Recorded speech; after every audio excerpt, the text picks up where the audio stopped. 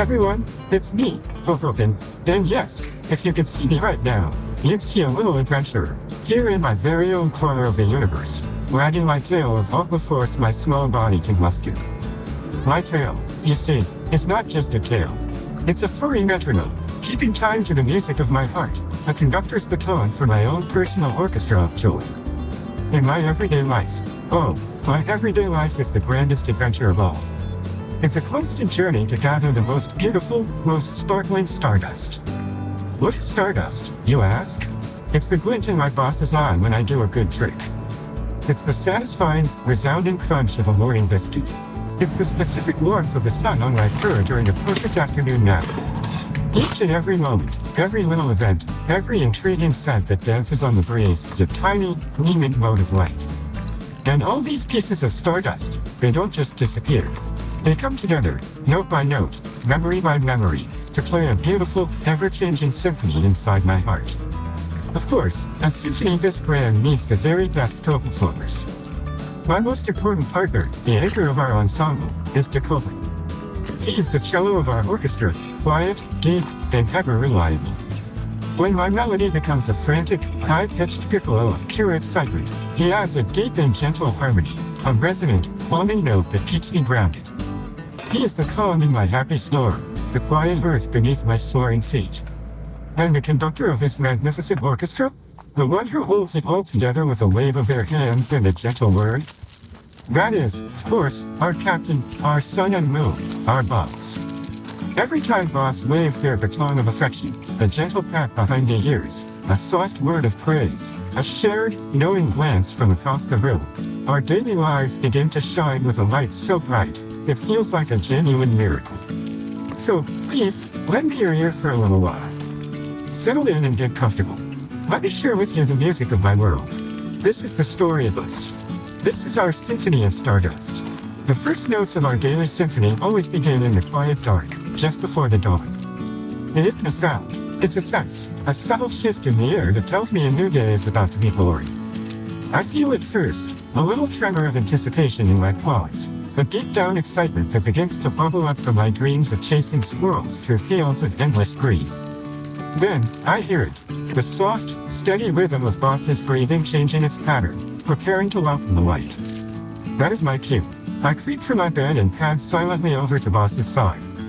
A single, soft lick on the hand is my first note of the morning. A gentle, good morning, the orchestra is ready when you are. And then, the overture truly begins. The first real movement is always the symphony of the kitchen. The soft creak of the floorboards as boss gets up is the first string pluck. The rush of water in the pipes is a building crescendo. The gurgle and hiss of the magical coffee machine is a strange and wonderful brass section warming up. Today's breakfast is the usual crunchy kibble. But for me, it is never, ever just a meal. It's the grand, opening fanfare for the adventure of the day. The sound of the kibble pouring into my bowl is a glorious cascade of tiny percussion instruments, a rattling, promising sound that speaks of energy and joy. Each single piece is a perfectly formed musical note, a little brown orb of pure potential, designed to fill my body with courage and strength for the explorations ahead. I can hardly contain myself. I perform my traditional pre-breakfast happy dance, a whirlwind of spinning and little hits, my tail metronome ticking at its absolute fastest speed, a blur of pure happiness. The best spice of all, the one that makes every single bite taste like a feast fit for a king, is the gentle look in boss's eyes as they set down my bowl. Their voice is a warm, soothing harmony that wraps around me like a blanket. Have a good, fun day today, Cocopin. Those words are pure magic. They are the conductor's definitive signal to begin. And so, I dive in. Crescendo, fortissimo. The crunching fills the kitchen, a glorious sound, the sound of a body being fueled for discovery and delight. Dekopin, my wise and thoughtful companion, approaches his breakfast like a seasoned musician meticulously tuning his instrument before a grand performance at a world-famous concert hall. He gets his bowl a long, thoughtful sniff, analyzing its composition. He selects his first bite with care and precision. He eats quietly, deliberately, savoring each and every note of flavor, closing his eyes as if to better appreciate the texture and aroma. His calmness is a deep, resonant bass note that I can admire from afar, but never hope to imitate. His stillness speaks of a profound respect for the moment, a mindfulness I have yet to learn. And me? I am already swept away by the thrilling prelude to our adventure. The plate, empty in a flash, is proof of just how great my anticipation is. I lick it clean, then lick it again, and perhaps one more time for good measure, making sure not a single crumb of the overture is lost. Boss, I'm ready. The world awaits. The scents are calling my name. Let's go. I don't need words for this part. I sit patiently by the door, trail a blurry fan of excitement, and send a powerful signal to Boss with my most sparkling, most expectant eyes. This is our telepathy, the unspoken language of our trio, a bond forged in countless shared mornings. Boss always understands. I see them smile, a gentle, knowing smile that says, I hear you, little maestro. The symphony is about to begin. Just let me finish my coffee. Now, let's go out and compose another wonderful movement today. The jingle of my collar tags is the next call to action, a bright, cheerful brass flourish that announces the main event is truly here. And then, the leash. Oh, the leash is a magical string, a vibrant red violin string that connects me directly to Boss. It is my lifeline to my conductor. I can feel the warmth and gentle guidance of Boss's hand through this string, a steady, comforting rhythm that gives me the courage to leap into any unknown melody, to face any new, strange sound, without a hint of fear. My short legs patter rhythmically against the asphalt. Pitter-patter, pitter-patter. It's a cheerful percussion, a lively staccato reflecting the high-beating allegro tempo of my heart. The world outside is a dazzling, overwhelming concert hall of sensations, a polyphony of sight, sound, and, most importantly, smell. The patch of grass by the roadside is not just grass to me. It is a treasure trove of sheet music, a vast and complex library of stories for me to read with my nose. My nose is the ultimate sensor, a finely tuned instrument capable of distinguishing the countless olfactory tones that fill this world. I press my nose deep into the damp blades, closing my eyes to focus. Inhale. Ah, yes. The scent of yesterday's rain, an earthy, green perfume of awakened soil and happy worms. The faint, fading smell of a stranger's footsteps, a ghost melody from hours ago, telling a tale of someone in a hurry. And there, the rich, savory harmony of delicious smells wafting from a distant house. Someone is making bacon. The truly magnificent, soul-stirring chord that makes my mouth water. In my mind, a map of scents expands ever outward, more detailed and vibrant than any map a human could ever draw. I call it the Daily Scent Gazette, the morning news of our neighborhood. I think, sniffing a particular bush with intense concentration, I smell a new friend around this corner. A beagle, I believe. Very recent. He seems nervous. I moved to the telephone pole, the central community bulletin board, the town square of our world. Ah, this was the site of a secret cat meeting last night. I can smell at least 3 of them. And a bold squirrel, who I believe is named Staccato, left a message of defiance this morning, daring us to catch him. It's all here, the news of the neighborhood, the dramas, the comedies, the secret rendezvous, all written in a beautiful, invisible language. Dekopin, like a living shadow, walks quietly a little behind me, his paws making almost no sound on the pavement. He is the silent observer, always watching over me. His presence is the reliable, unwavering bass note that supports my sometimes erratic and improvised performance. He lets me explore. He lets me follow the flighty, high-pitched notes of a flitting butterfly or the rumbling, dissonant bassoon of a passing garbage truck. But when I get carried away, when my excitement leads me to compose a dangerous, discordant melody, like chasing a plastic bag as it dances into the street, he gently corrects my path with his body. It's a soft, firm nudge against my side, a physical manifestation of a musical correction that says, without a sound, Cocopin, that's a dangerous discord. Let's stick to the main theme of safety. He is my editor, my guardian of harmony. The other day, at the park, we discovered a whole orchestra of dandelion seeds. A sudden gust of wind, the conductor's sweeping, dramatic gesture, lifted them from their green stage. They floated up into the bright blue sky, a silent, beautiful cloud of ascending musical notes, each one a tiny feathered promise of a new song to be grown elsewhere. I was completely, utterly mesmerized. I chased after them, leaping and barking with joy, trying to catch the fleeting, magical notes in my mouth. I watched them disappear, one by one, rising higher and higher on the currents of the air until they were just tiny, distant specks against the brilliant sun. And as the very last one vanished from sight, I felt a little pang of sadness in my chest, a quiet, unexpected minor key of loss. The beautiful music had ended. Just then, as I sat staring at the empty sky, my happy dance forgotten, Dekopin came and sat down beside me, so close our fur touched. He looked up at the same patch of blue I was watching. Then, so gently, so deliberately, he rested his heavy head on my shoulder. He didn't make a sound. He didn't need to. His warmth, his solid presence, his shared gaze spoke to me in a language deeper than words. It was a clear, comforting harmony, a warm, shallow note that vibrated through my whole body, saying, "It's okay, Cocopin." Those seeds haven't vanished forever. They've just set off on a grand journey to bloom into beautiful new flowers, to start a new symphony in a new place we can't yet see. His kindness, his silent wisdom, completely erased the little bit of loneliness in my heart. The sad minor key faded away, replaced by a warm, hopeful C major chord of understanding. For us, you see, a walk isn't just exercise. It's a precious, creative time. It's our sacred ritual. It's a time to inscribe a new melody, our paw prints, onto the endless musical score that is this world. Every single day is the creation of a new song, a new verse in our ongoing epic. And that is why our symphony has no final form. It is always growing, always changing, always becoming something new and wonderful. The walk concludes with a final flourish, the satisfying, solid click of the front door closing behind us. The symphony shifts from the lively allegro of the outdoors to the gentle adagio of home. There are post-walk rituals, of course, a little coda to the movement. The soft, absorbent towel that Boss uses to wipe the dust and dew of our adventures from our paws.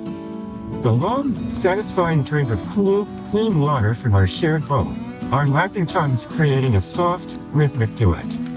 And then, the best part, the deep, collective, contented sigh as we both flop onto the cool tiles of the kitchen floor, our muscles tired but our spirits full and bright. Sometimes, in these quiet moments of peace, Boss takes out that magical little glowing screen and takes pictures of us. They say it's to capture the memory. I think of it as recording our performance. The other day, they showed me a picture of me with my chin resting on Dekopin's back, with him gently wrapping his body around mine, as we napped together in a perfect patch of afternoon sunbeam. We were a perfect, tangled knot of black and white fur, a living yin and yang of friendship. Looking at the picture, Boss murmured in a voice so full of happiness and affection, it was like the sound of honey pouring, a sweet and gentle melody. You two really are the best of friends. My perfect little harmony. Hearing those words, my heart fills with so much joy that it feels like an entire orchestra, complete with trumpets and timpani, has burst into a grand, triumphant fanfare right inside my chest. It's a feeling so bright and so warm, it could melt the winter snow.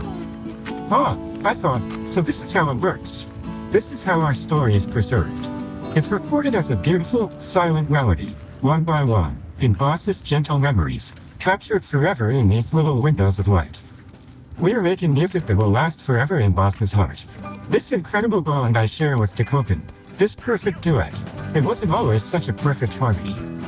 I still remember the day I first met him as if it were yesterday, a day of strange, quiet distance. He arrived on a cloudy afternoon. Boss brought him home in a carrier, and when the door opened, he stepped out cautiously. He was a little bigger than me, and his quiet, amber eyes were like deep, still forest lakes. They seemed to see right through everything, into a world I didn't yet understand. At first, there was an invisible, thick glass wall between us. It was a silence, a stillness, that my happy, chaotic noise couldn't seem to penetrate. I tried everything in my musical repertoire. I would bring in my favorite squeaky bowl, the one with the high, frantic squeal, and I would wag my tail until it was a blur, my whole body shouting a happy, desperate invitation. Let's play. Hey, this ball is so much fun. Look, let's make some noise. But Dekopin would just silently watch the clouds drift by outside the window, as if listening to a distant, sorrowful music only he could hear. I would pounce and play both, offering my most exciting, most dynamic invitations, but he would simply get up, sigh softly, and move to a quieter corner of the room, leaving me with my squeaky toy and a confused heart. His silence was a dissonance I couldn't resolve. I thought maybe he just didn't like my kind of music. But then came the day of the great cushion incident. A day that would change the composition of our lives forever. It was Boss's favorite cushion, the one that was soft as a cloud and smelled just like the comforting scent of home and safety. In a moment of over-the-top excitement, I believe a particularly thrilling mail carrier performance, complete with a ringing doorbell solo, was involved. I got a little too carried away with my indoor zoomies. There was a leak, a mid-air spin, a slight miscalculation of trajectory, and a rather large, very muddy paw print was left right in the center of that perfect, cream-colored cushion. The world stopped. The happy music in my head screeched to a discordant halt. Oh no, my heart hammered a drum solo of pure, unadulterated terror against my ribs. Boss is going to be so mad. I froze in despair, my tail tucked so far between my legs it almost disappeared, my ears flat against my head, awaiting the inevitable scolding, the sad, disappointed look in my conductor's eyes. But then, a quiet movement from the other side of the room. It was Dekopin. He padded over to where I stood, frozen in my shame. He looked at the muddy mark. He looked at my trembling body. And then he looked at me. And before Boss could find out, he diligently, methodically, began to lick the spot clean. His serious eyes, when they met mine for a brief moment, seemed to say, "It's okay. I'll handle this. This will be our secret." He worked with a quiet, focused intensity until the mark was almost completely gone. And in that moment, with that one quiet act of profound, unexpected loyalty, a small crack appeared in that thick glass between us. And through that crack, I saw him for the very first time. I understood. Dekopin isn't just quiet and cool.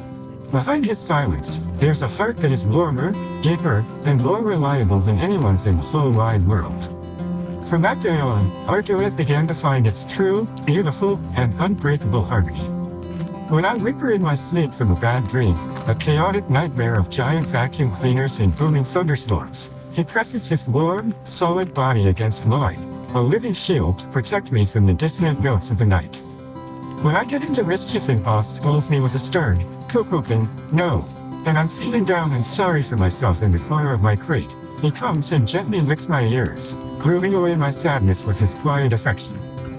Even without words, we are playing a perfect harmony with our hearts, with our souls. When I'm happy, sad, or anxious, Dekopin always picks up on the melody of my heart and adds his own steady and counter melody, a harmony that always makes me feel safe and understood. On days when Boss is busy with work and the house is quiet, Dekopin and I are often home alone. In the early days, we used to sleep in our own territories, on opposite ends of the living room rug. But now, before I even know it, we naturally curl up together, our bodies fitting like two parts of a single, perfect musical note. Feeling his warm weight in the steady, slow rhythm of his breathing is my favorite song.